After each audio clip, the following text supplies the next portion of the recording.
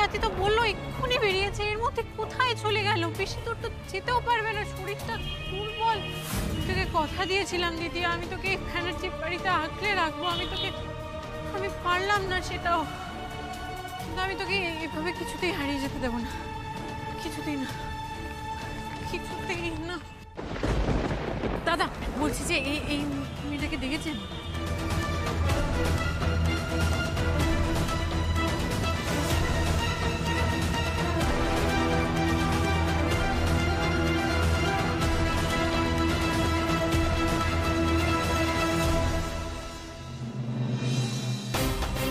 কি করবো?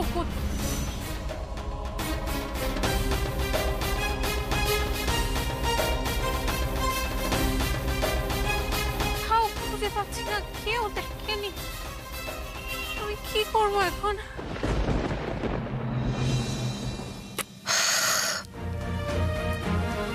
লাস্ট কিছুদিন ধরে আমি কনস্ট্যান্ট তিতিরকে ফোন করছি, কিন্তু আমি কিছুতেই তিতিরের সাথে কানেক্ট করতে পারছি না। কি করব আমি? কি করব আমি? কিভাবে ওদের সাথে কন্ট্যাক্ট করবো তো বুঝতেই পারছি না। আচ্ছা আমি একটা সোমকে ফোন করি বরং। সোমকে, উনি ওনার মতো করে ভালো থাকুক, আর আমরা এতদিন যেরকম ভালো ছিলাম সেরকম ভবিষ্যতেও আমাদের মতো করে ভালো থাকব। না না, সোমকে ফোন করলে সোম যদি কিছু ভাবে, সোম তো আমাকে পছন্দই করে না। তবে কি করব আমি? কি করব? আমি তো একটা মা, আমি তো সব কিছু ছেড়ে দিয়েছি। আমি শুধুমাত্র ওদের সাথে একটু কন্ট্যাক্ট রেখেছিলাম, ওদের খবরাখবর রেখেছিলাম। সেটাও যদি আমি এখন না পাই তাহলে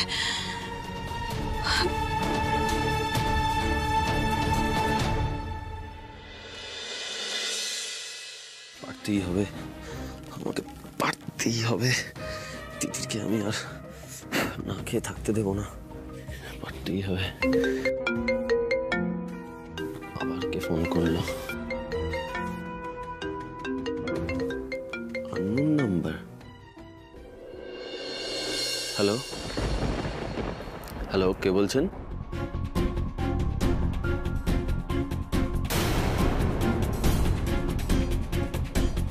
হ্যালো, কে বলছেন? আমি বলছি, মিতা ব্যানার্জি। মিতা ব্যানার্জি?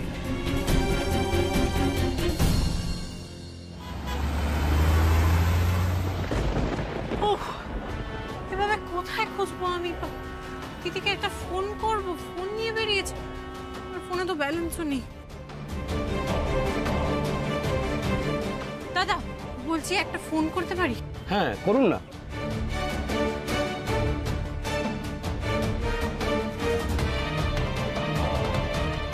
আপনি যে নম্বরে কল করেছেন সেটি এখন সুইচ অফ আছে। ফোনটা বন্ধ। কোথায় গেলি তুই দিদি? ঘাটাল যায়নি তুই? মাকে একবার ফোন করে জিজ্ঞেস করি, কিন্তু সরাসরি জিজ্ঞেস করলে মা আবার টেনশন।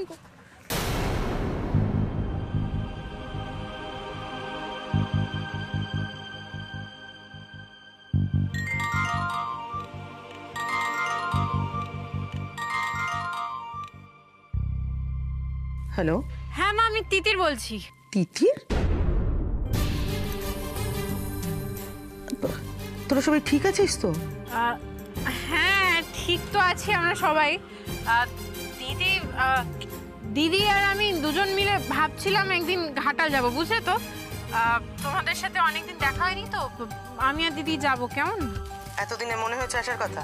সে তো আমি কবে থেকেই বলছি দুজনে মিলে আয়, একদিন আয়। হ্যাঁ রে, দইলের শরীর ঠিক আছে তো? তার মানে দিদি যায়নি ঘাটালে? হ্যালো, কি রে, কিছু বলছিস না কেন? আর কিছু জিজ্ঞেস করলাম তো, সত্যি কথা বলবি। দিদির সাথে তোর কোনো ঝামেলা হয়নি তো? আর না না কি কি হবে, আবার কিছু হয়নি তো। বলছি শোনো না, দিদি যদি এর মধ্যে ঘাটালে যায় তোমার কাছে, তুমি একবার সোমরাজ বাবুকে ফোন করে জানিও, কেমন? এক মিনিট কি বলতে চাইছিস বলতো? এক্ষুনি বললি তোরা দুজনে আমার বাড়িতে আসবি, আবার এখন বলছিস যে দোয়েল এখানে আসলে তোকে ফোন করে জানাতে। তিতির কি হয়েছে আমাকে খুলে বল। একদম মিথ্যে কথা বলবি না আমাকে। দোয়েল কি বাড়ি থেকে বেরিয়ে গেছে? দোয়েলের খবর তুই জানিস না, এটা কি করে হলো? দোয়েল বাকিদের কি বলে গেছে?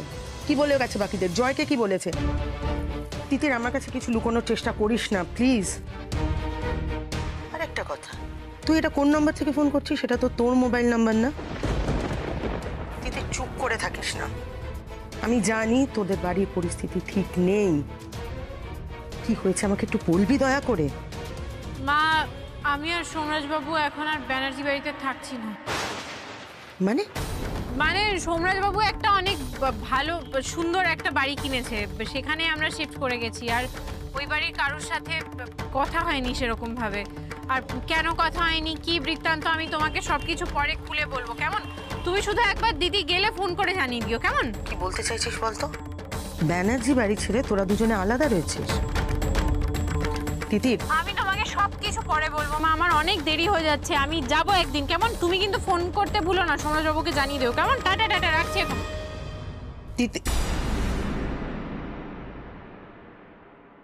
কত হলো দাদা? আপনার 20 টাকা হয়েছে দিদি।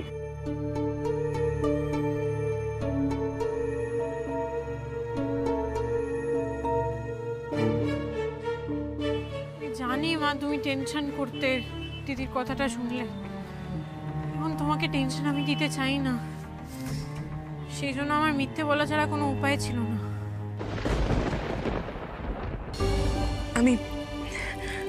আমি জানি সৌম, হয়তো তুমি অফিসে আছো, অফিসে কোনো ইম্পর্টেন্ট মিটিংয়ে ব্যস্ত আছো। আমি কিন্তু তোমাকে ডিস্টার্ব করার জন্য ফোন করিনি, কিন্তু আমি অনেক দিন ধরে তিতিরকে ফোনে পাচ্ছি না। আমার খুব টেনশন হচ্ছে, সব কিছু ঠিক আছে কিনা সেটা জানার জন্যই আমি ফোন করেছি। আমরা আমরা আমরা ভালো আছি, আমরা একদম ঠিক আছি। তিতির এলে আমি জানিয়ে দেবো আপনি ফোন করেছিলেন, ও নিশ্চয়ই আপনার সঙ্গে যোগাযোগ করে নেবে। আজকাল তো কেউ আমাদের খবরও নেয় না, অ্যাটলিস্ট তিনি খবরটুকু নিচ্ছেন। কি ব্যাপার, সারাদিন ফোন কানে নিয়ে দাঁড়িয়ে থাকলে কাজটা কখন করবেন? অনেকগুলো শাড়ি বাকি তো, তাড়াতাড়ি হাত চালান।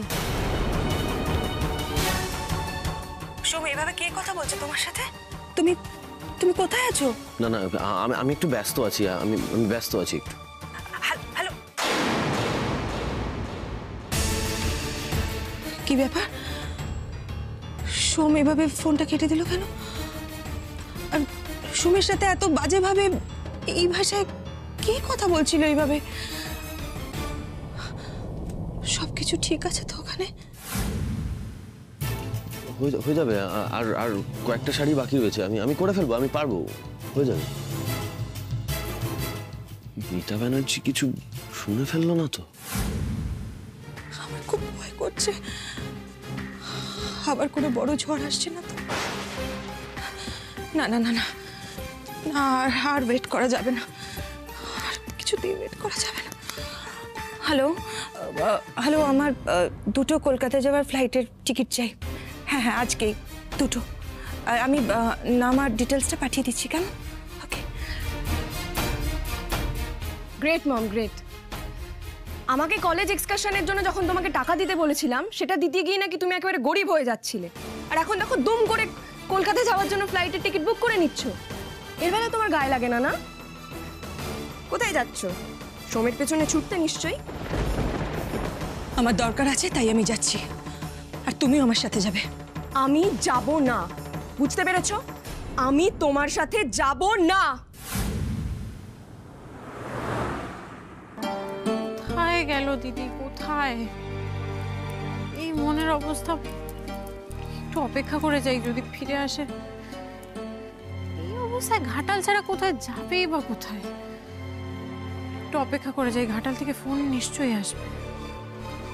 অল্পিকর দোকানেও যেতে হবে শাড়িগুলো কালেক্ট করতে। না না না, সোমরাজবাবু একেই নিজে রোজগার করার জন্য পাগল হয়ে যাচ্ছেন, তারপর যদি দেখেন এইসব করে আমাকে রোজগার করতে হচ্ছে, কি করবেন কে জানে। বাড়িতে নিয়ে যাওয়া যাবে না, দোকানে বসেই ফল পিকো করতে হবে। Thank you.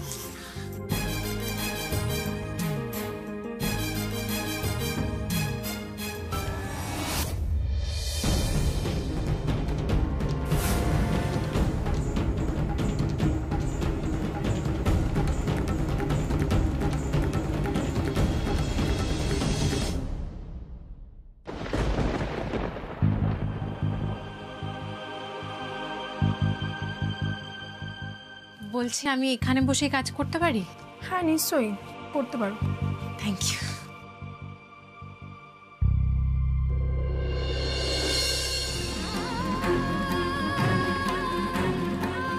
দিদি কোথায় গেলি তুই এইভাবে?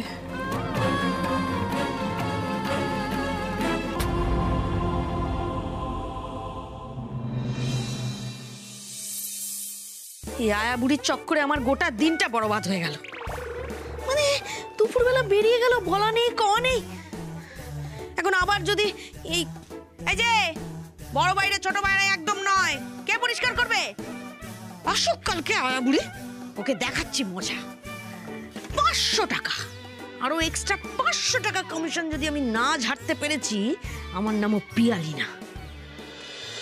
আচ্ছা না শোনো, আমি একটু বেরোবো। হ্যাঁ, তুমি সুজয়ের ওষুধ ইনজেকশন সব ঠিক মতন দিচ্ছ তো? হ্যাঁ ম্যাডাম, সব দিয়ে দিয়েছি। ওষুধ ইনজেকশন যেটা পাঠিয়েছিলেন, ইনজেকশন সব দিয়ে দিয়েছি, সব কাজ করে দিয়েছি। কি বললে? ইনজেকশন। Hello, hi. আমি যেটা বলছিলাম না, এবার কিটি পার্টিটা অন্য কোথাও অর্গানাইজ করলে খুব ভালো হয়। হ্যাঁ, not at my place this time.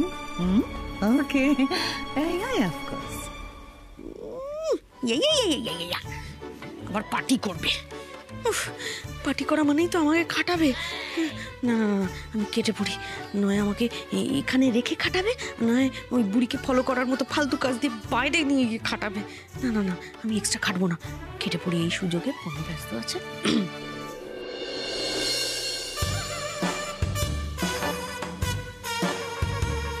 Madam আমি আসছি। হ্যাঁ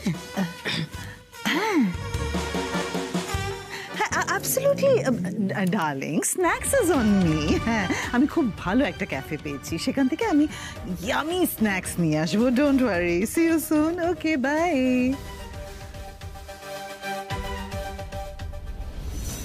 আরে নার্স কোথায় গেল? কি একটা বললো না, ইনজেকশন নিয়ে কি একটা বললো জানা। ও হাই।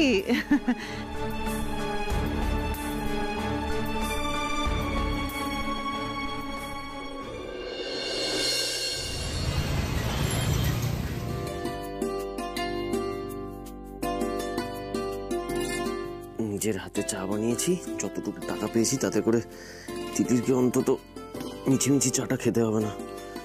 সত্যিকারের চাটা খাওয়াতে পারছি, এটাই যা শান্তি।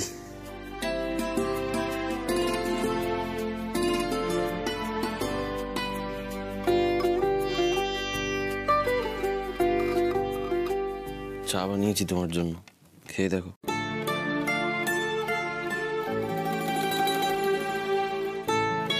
তুমি ব্রেকফাস্ট করবে না? চা খাচ্ছি তো, আমি তো চা খাওয়ারই অভ্যেস, ব্রেকফাস্ট এখন করতে পারবো না। তার মানে তুমি জানতে আমি সকালবেলা সত্যি সত্যি চা খেয়ে যাইনি? নাও।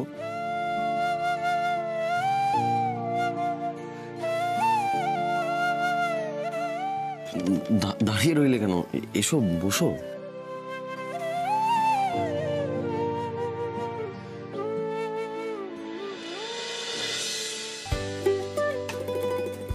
চাটা খাও, খেয়ে বলো কেমন হয়েছে। খুব ভালো হয়েছে, একদম নেপালদার চায়ের দোকানের মতো।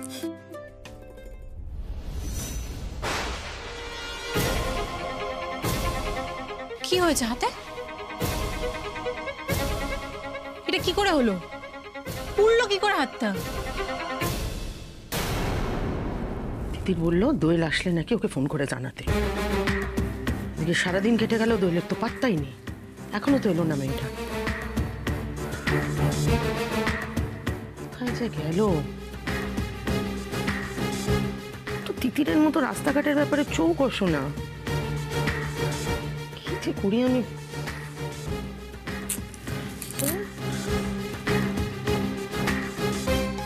তিতির বা কি? তিতির আর সোমরাজ ব্যানার্জি বাড়ি থেকে আলাদা থাকছে, অন্য একটা বাড়িতে। কি হলো ওদের? ভাল লাগে না আমার। মেয়ে দুটো মুখও খোলে না, বুঝতেও পারে না যে আমার টেনশন হয়।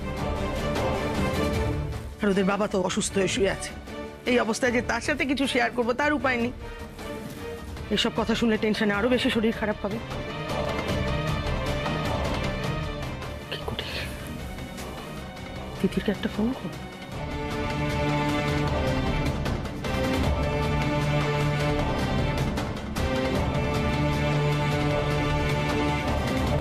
আপনি যে নম্বরে কল করেছেন সেটি এখন সুইচ অফ আছে। ফোনে পাওয়া যায় না। সোমরাজকে ফোন দেখি, সোমরাজকে ফোন করে দেখি তাই না।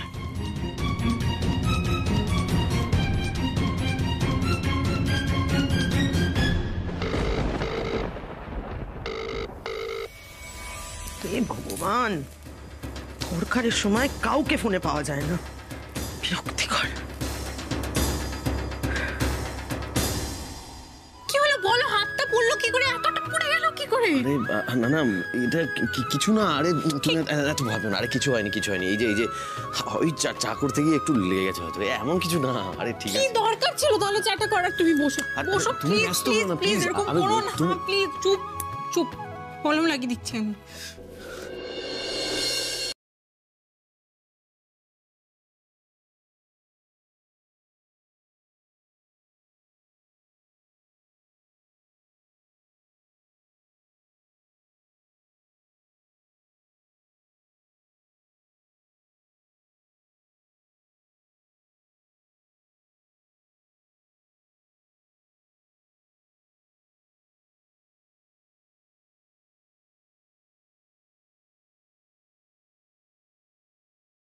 কিরকম একটা চিন্তিত দেখাচ্ছে কেন বলো? তোমাকে কিরকম একটা চিন্তিত দেখাচ্ছে কেন বলো? তোমার কাছে ফোন এসেছিল ঘাটাল থেকে, বাবা মা কোয়েল কেউ ফোন করেছিল? ঘাটাল থেকে? না না, আমার কাছে তো কোনো ফোন আসেনি। কেন, কি হয়েছে? আজকে ওই বাড়িতে একটা ঘটনা ঘটেছে। দিদি প্রায় মরতে বসেছিল। দোয়েল? কি হয়েছে মানে? আমি যখন সকালবেলা ওই বাড়িতে গেলাম তখন দেখলাম ঝামেলা হচ্ছে দিদি আর জয়দার মধ্যে। তারপর তুমি আর জয় যদি একসঙ্গে না থাকতে পারো, তোমরা আলাদা হয়ে যাও, সেপারেট হয়ে যাও। Not a big deal. আজকাল এটা ছোটখাটো ব্যাপার, ডিভোর্স নিয়ে নাও।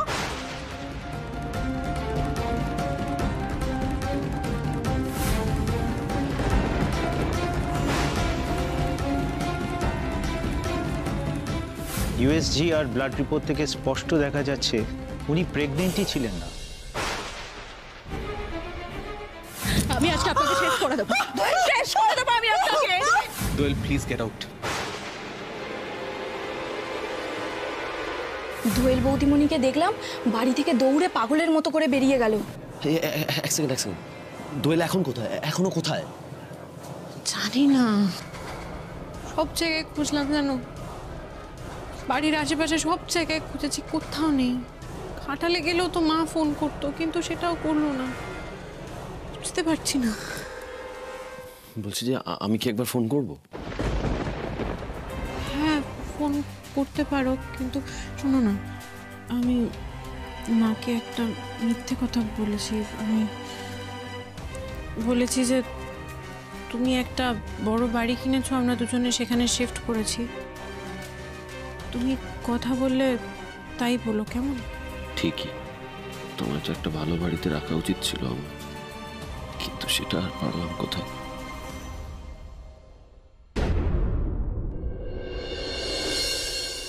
বলছি তিতির, আমার মনে হয় আমাদের না এখন দোয়েলকে খুঁজতে যাওয়া উচিত।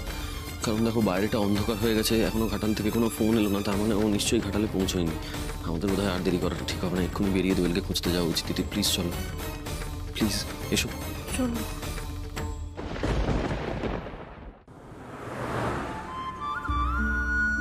আমাদের ফ্যামিলির মান সম্মান সব ডুবিয়ে দিয়েছো তুমি।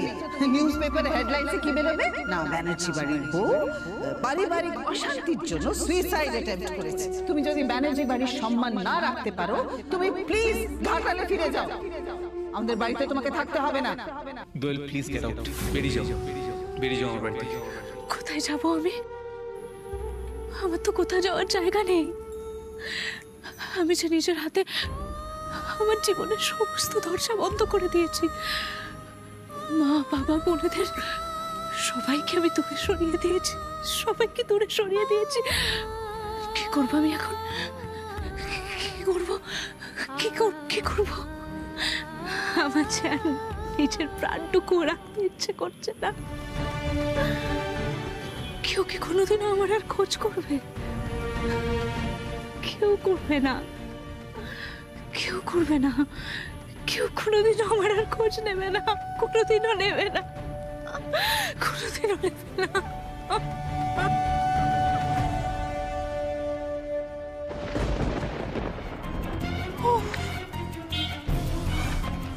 পেলে পেলে কোথাও খুঁজে পেলাম না। আমি রঙ্গল মোড় অব্দি গিয়েছিলাম, কোথাও নেই। আমি একবার লালকুড়ির দিকে দেখবো। হ্যাঁ তুমি যাও ওদিকটা দেখো, আমি বরঞ্চ নতুন ঘাটির দিকটা যাই। সাবধানে।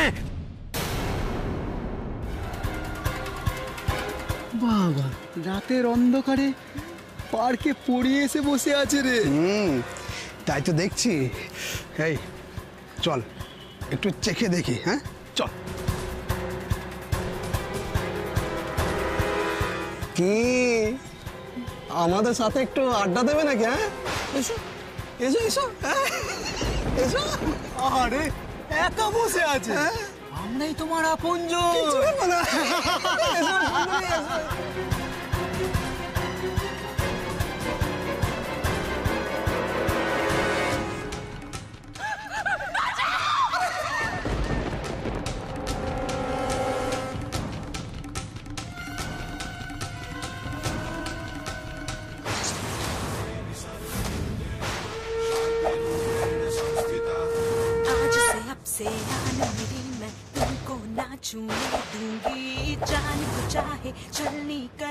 আমার দিদির গায়ে যদি আর একটা চোট লাগে না, একটা উইকেট ফেলেছি, এবার সব কটাকে শেষ করে দেবো।